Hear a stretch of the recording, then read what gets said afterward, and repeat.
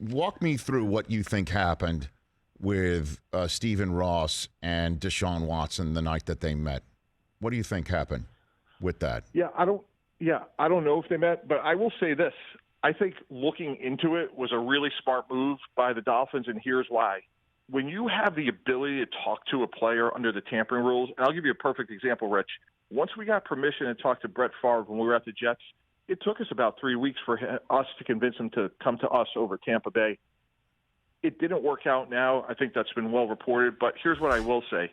If and when in March they decide that, hey, we still want to go get Deshaun Watson, they have a competitive advantage because Houston's going to call all the other teams, Philadelphia, Denver, and anybody else that could have an interest in Watson.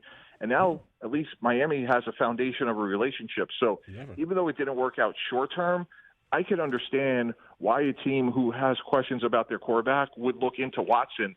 That's different than making the decision to acquire him because obviously this is a very complicated situation. So I think the story's not over because Watson hasn't been traded. And next March when this heats up again, Miami's starting well ahead of their competitors. Are you in the Tua's just a guy camp in the evaluation of Tua? There seems to be two camps. Like, let's everybody back off. Let's see what he can do. I'm in that camp. And then you hear there's Tua's just a guy. Certainly when you'd evaluate him compared to Justin Herbert on a field when you're talking about professional football, which camp are you in regards to Tua? Well, I'm in the same camp I've been since before they were drafted. I had Herbert as my number one quarterback because I felt like he was the biggest, the fastest, the strongest, the smartest.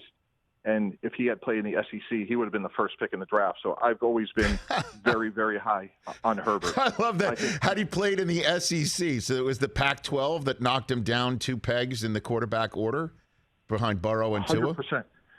Yeah, Rich, there is such a bias in, and justifiably so, that SEC players will get boosted up. And I've done studies on this, both from a team standpoint and a media standpoint.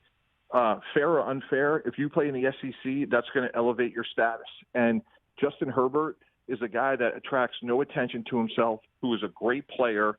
And if they had beaten Auburn on opening day his last season, he may have – and I predicted that he was going to be the first pick in the draft, win the Heisman and the national title, which is, the Triple Crown. And they were close to doing that. And I think if he had played at a SEC school and not Oregon, the narrative around him would have been completely different. All right, and I'll be honest with you, Mike. I'm a diehard Jet fan, as you know, and I follow this stuff professionally, as you know. I don't know if I've ever heard that Favre might have gone to Tampa instead of the Jets back in the day. I'd not heard that one before. Is that what happened?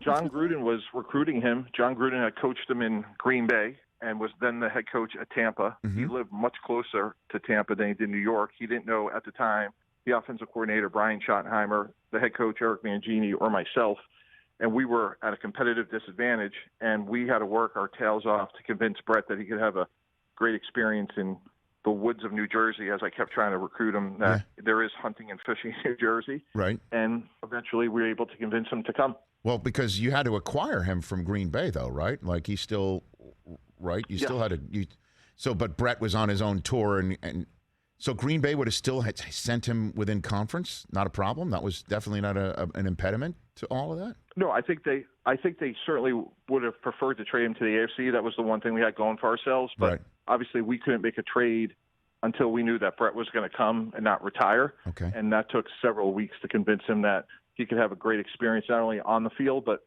it's a great part of the country, and he was not a Northeast guy, and he was, somebody that was very comfortable in the South. So it took us, like I said, several weeks to eventually convince him that if we made the trade with Green Bay, which they would prefer to make with us, that he would come and play. Hey, you watched all the way to the end. Thanks for that. Watch more right here.